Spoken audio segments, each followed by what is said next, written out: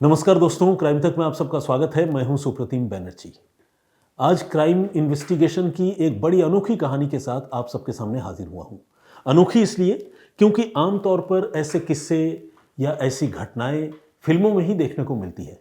हकीकत में ऐसा कम ही होता है, लेकिन होने को कुछ भी हो सकता है।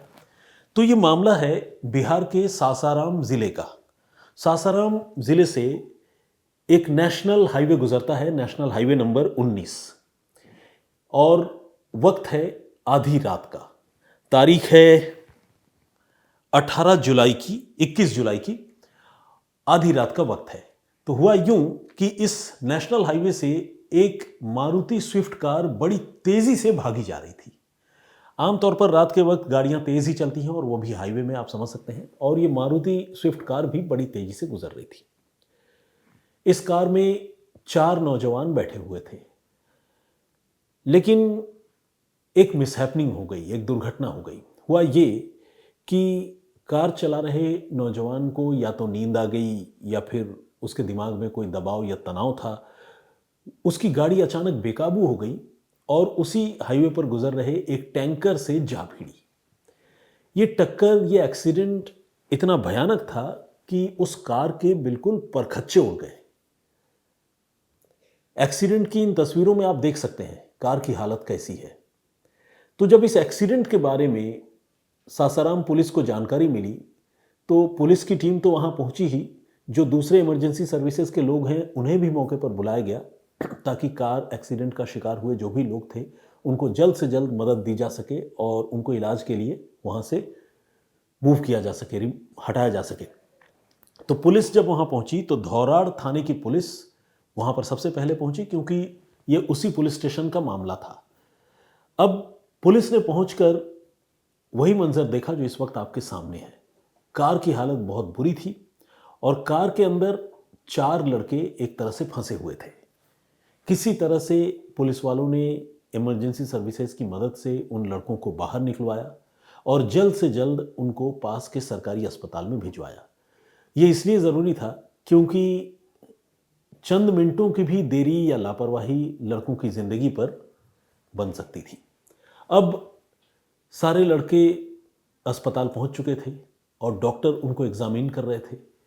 एग्जामिन करने पर 3 लड़के तो होश में मिले और उनको इलाज के लिए भर्ती कर लिया गया, लेकिन जो चौथा लड़का था वो कोलैप्स कर चुका था। उसकी हालत बहुत ज़्यादा ख़राब थी। हालांकि उसके जिस्म पर चोट के कोई बहुत ज़्यादा निशान नहीं थे, लेकिन उसकी नब्ज़ नहीं चल रही थी और उसके शरीर पर जीवन के कोई भी अंश मौजूद नहीं थे। अब डॉक्टरों ने इलाज के दौरान बहुत माइन्यूटली, बल्कि इलाज नहीं, डॉक्टरों ने एग्जामिनेशन के दौरान, जब वो डॉक्टर जब देख रहे थे कि इस लड़के को चोट कहाँ लगी, क्या हुआ, ऑब्जर्वेशन उसे कहते हैं, तो ऑब्जर्वेशन के दौरान डॉक्टरों ने एक बड़ी अजीब सी चीज़ नोटिस की। डॉक्टरों ने देखा कि उसके सिर के पास, बल्कि कनपट्टी के पास एक होल है, और वो होल सिर्फ सिंगल होल नहीं है, बल्कि एंट्री और एग्जिट दोनों के होल हैं। जैसे कोई ऑब्जेक्ट या कोई चीज़ किसी जगह से दाखिल होती है और दूसरी तरफ से निकल जाती है, तो उसमें जिस तरह के निशान बनते हैं उस तरह का होल उसके कान के पास थी। अब वो जो छेद थी, वो जो होल था, वो बड़ा सस्पिशियस था। ऐसे निशान आमतौर पर गन शॉट की स्थिति में बनते हैं। तो डॉक्टरों को देखकर बड़ा झटका लगा। डॉक्टरों को लगा कि ये कैसे हो सकता है, मामला रोड एक्सीडेंट का है, 4 घायल लोग यहाँ लाए गए, एक कोलैप्स कर गया और इसके सिर के पास ये कैसा निशान है। तो डॉक्टर तो खैर उसको ब्रॉड डेड बता ही चुके थे, मुर्दा करार दे चुके थे।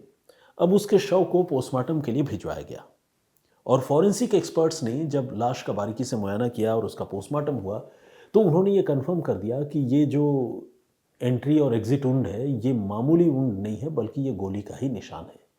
आमतौर पर फॉरेंसिक साइंस ये कहता है, ये बताता है कि जिस जगह से गोली किसी भी जगह पेनिट्रेट करती है, घुसती है, वहाँ पर आमतौर पर जो मार्क होता है बुलेट का, वो थोड़ा सा छोटा बनता है, और जिस तरफ से वो निकलती है वहाँ पर वो मार्क थोड़ा बड़ा हो जाता है। तो ये एंट्री और एग्जिट के वुंड भी तकरीबन वैसे ही थे, गन शॉट की तरह। अब पुलिस को जब इस बात की जानकारी मिली तो खुद सासाराम की पुलिस भी चौंक गई, हक्की बक्की रह गई, क्योंकि पुलिस अब तक ये मानकर चल रही थी कि एक्सीडेंट का मामला है।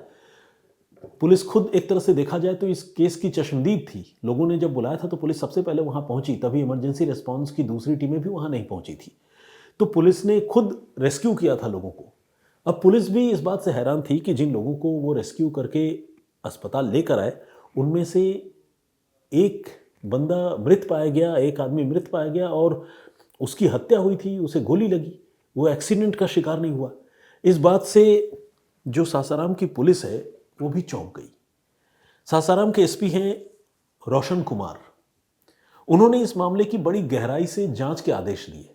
एक्सेप्शनल टाइप का मामला था और पुलिस की खास टीम बनाई, जिनको मतलब जो पुलिस चीफ हैं उन्होंने अलग अलग जिम्मेदारी दी अलग अलग टीम के मेंबर्स को, ये पता लगाने के लिए कि ये कौन लोग हैं, कहाँ से आ रहे थे, कहाँ जा रहे थे।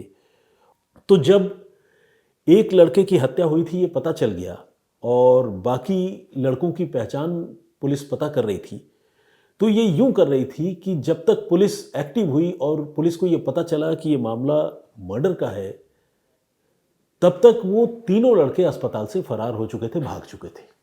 और जिस तरह से वो अस्पताल से भागे, उससे ये बात और कंफर्म हो गई कि ये मामला जो है मर्डर का ही है, क्योंकि जो साइंटिफिक इन्वेस्टिगेशन है उससे तो मर्डर पता चल ही रहा था, लेकिन ये जो तीन लड़के वहाँ से भागे, कार एक्सीडेंट का शिकार जो लोग हुए थे अस्पताल से जो भागे, उसने एक तरह से पुलिस की जो सोच थी या पुलिस के इन्वेस्टिगेशन का जो डायरेक्शन था उसको कंफर्म कर दिया।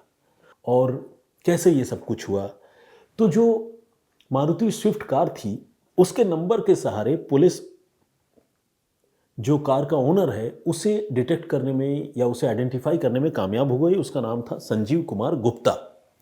और इसके अलावा उस कार में जो दो और लोग बैठे हुए थे उनका नाम था अथर्व भारद्वाज उर्फ पीयूष उपाध्याय और तीसरा लड़का था रंजीत कुमार पासवान।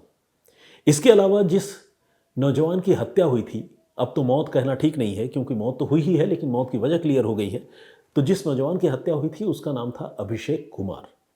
अभिषेक Kumar basically Shershah nursing college का स्टूडेंट था, बीएससी नर्सिंग की वो पढ़ाई कर रहा था और ये हत्या हुई थी। अब पुलिस उनकी तलाश में उनके घरों पर दबिश डालने लगी। इनमें दो लड़के तो पकड़ में नहीं आए, रंजीत कुमार पासवान और संजीव कुमार गुप्ता जिसकी गाड़ी थी, लेकिन एक आरोपी जिसका नाम अथर्व भारद्वाज उर्फ पीयूष उपाध्याय है उसे पुलिस ने दबोच लिया। पुलिस ने उसे पकड़ा और उससे पूछा कि भाई मामला क्या है, ये कत्ल कैसे किया, क्यों किया, तुम्हारे बाकी साथी कहाँ है। तो पहले तो उसने इधर उधर की झूठी सच्ची कहानियां सुनाई, पुलिस को गुमराह करने की कोशिश करता रहा, लेकिन जब पुलिस ने सख्ती की तो उसने अपना जुर्म कबूल कर लिया और उसने बताया कि इस कत्ल में वो अकेला नहीं बल्कि उसके साथ रंजीत कुमार पासवान उसका दोस्त और संजीव कुमार गुप्ता ये भी शामिल है। इन तीनों ने मिलकर अभिषेक कुमार नाम के लड़के की हत्या की थी और हत्या करने के बाद रात को जब उस कार का एक्सीडेंट हुआ उस वक्त वो उस कार में अभिषेक की बॉडी रखकर ले जा रहे थे उसे ठिकाने लगाने के लिए। सासाराम में जिस जगह पर यह घटना हुई उससे कुछ दूर आगे एक जगह है जिसका नाम है लिलरुआ पुल। उस पुल के पास इनका इरादा था कि वो अभिषेक कुमार की लाश को ठिकाने लगा देंगे और फरार हो जाएंगे और किसी को कुछ पता नहीं चलेगा। लेकिन इससे पहले कि वो अपने मंसूबे में कामयाब होते, उन लड़कों का दुर्भाग्य ऐसा या कहें कि कर्म का फल ऐसा कि एक्सीडेंट हो गया और एक्सीडेंट होने के बाद न सिर्फ कत्ल का पता चला बल्कि इन लड़कों की असलियत भी बाहर आ गई। बेशक अभी दो फरार हैं, एक पकड़ा गया है जब तक मैं ये कहानी, ये क्राइम इन्वेस्टिगेशन की स्टोरी आप लोगों के लिए रिकॉर्ड कर रहा हूँ, लेकिन ये ज़रूर है कि इस मामले का पुलिस ने अपनी तफ्तीश की बदौलत खुलासा कर दिया। अब जब इनसे पूछताछ हुई कि भाई कत्ल किया क्यों, इतनी भयानक, इतनी गहरी साजिश रची क्यों, तो इसके पीछे जो है वो एक शॉकिंग स्टोरी सामने आई। पता चला कि जो रंजीत कुमार पासवान नाम का लड़का है जो फिलहाल फरार है, उसके साथ एक हुंडई कार को लेकर अभिषेक कुमार का पुराना विवाद चला रहा था और एक कार के इस विवाद में दोनों के बीच कई बार कहा सुनी, लड़ाई झगड़े भी हुए और दोनों के बीच रिश्ता जो है वो काफ़ी कड़वा हो गया था, खराब हो गया था। लेकिन ये इकलौती वजह नहीं थी, एक और वजह भी थी। रंजीत की बहन के साथ अभिषेक कुमार की दोस्ती थी, दोनों आपस में मिलते जुलते भी थे, बातचीत होती थी और ये बात रंजीत को बड़ी नागवार गुजरती थी। उसे लगता था कि मेरी बहन के साथ अभिषेक की ये जो बातचीत और मुलाकात है ये अच्छी बात नहीं है।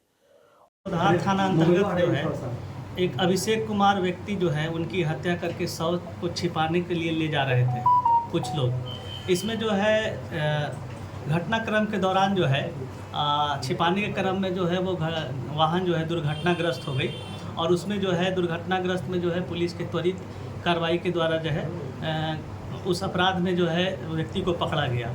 इसमें जो है त्वरित गति से कांड संख्या 6826 दर्ज किया गया और पुलिस अधीक्षक महोदय के दिशा निर्देशन में और अनुमंडल पुलिस पदाधिकारी सासाराम मोहन के नेतृत्व में जो है एक टीम गठित की गई और इसमें जो है जो अभियुक्त थे जो जिन्होंने हत्या किया था प्राथमिक अभियुक्त अर्थव भारद्वाज उस पीयूष उपाध्याय जो नौहट्टा के रहने वाले इनको गिरफ्तारी की गई और अन्य अभियुक्तों के विरुद्ध जो है छापेमारी की जा रही है।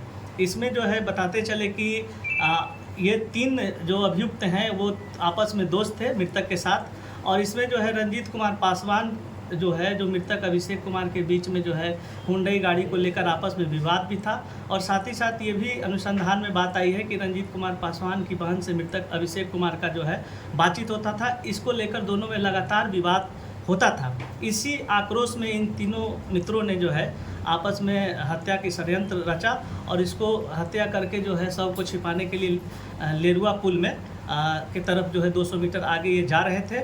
इसी में अनियंत्रित होकर टैंकर में जो है टक्कर मार दिए और जो है दुर्घटनाग्रस्त हो गए। पुलिस की त्वरित अनुसंधान में दुर्घटनाग्रस्त वाहन को जब्त किया गया और एक अभियुक्त को गिरफ्तार किया गया। अन्य फरार अभियुक्तों की गिरफ्तारी की जा रही है।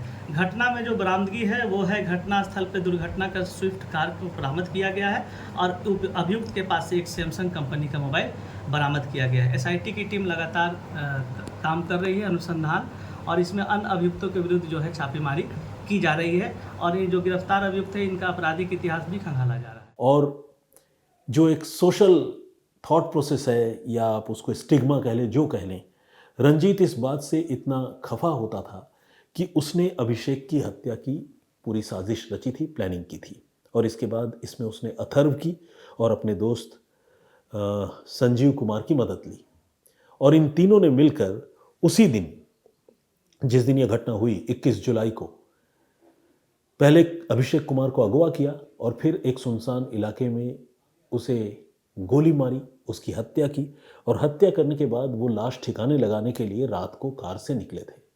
लेकिन इससे पहले कि वो अपने इरादे में कामयाब होते, मैंने आपको बताया कि वो एक्सीडेंट का शिकार हो गए और फिर ये राज खुल गया। तो ये थी पूरी कहानी, ये था पूरा घटनाक्रम। इस पर आपका पॉइंट ऑफ व्यू क्या है प्लीज़ हमें कमेंट करके ज़रूर बताइएगा। इस खबर पर हमारे सहयोगी सासाराम के जो रिपोर्टर हैं रंजन कुमार, उनका इनपुट बहुत वैलिड और इम्पॉर्टेंट है, तो उनका जिक्र करना भी मेरे लिए ज़रूरी है। और इस पर आपका पॉइंट ऑफ व्यू क्या है उसका हमें कमेंट की सूरत में इंतज़ार रहेगा। फिलहाल मुझे इजाज़त दीजिए, अपना बहुत ख्याल रखिए, सुरक्षित रहिए। जय हिंद, जय भारत।